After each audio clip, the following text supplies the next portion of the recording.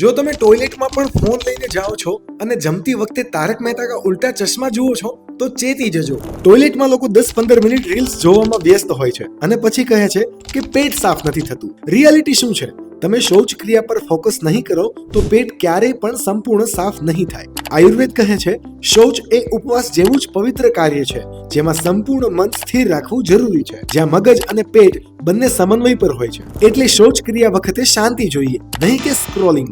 બીજી ભૂલ, લોકો જમતી વખતે ટીવી કે મોબાઈલમાં રીલ્સ કે ટીવી શો જોવાનું પસંદ કરે છે. બટ ટ્રુથ ઇઝ, જમતી વખતે જો ધ્યાન ભટકી જાય તો પાચન અગ્નિ કમજોર થાય, ગેસ, એસિડિટીની તકલીફો વધે. આયુર્વેદમાં કહેવાય છે અન્ન દેવતા સમાન છે.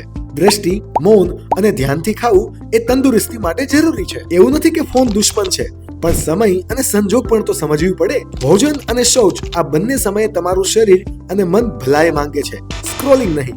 મોકલી દો આ રીલ તમારા એ દોસ્તોને અને કહો આયુર્વેદ અપનાવે, નહીં તો કેતુ હોસ્પિટલમાં આવવું જ પડશે.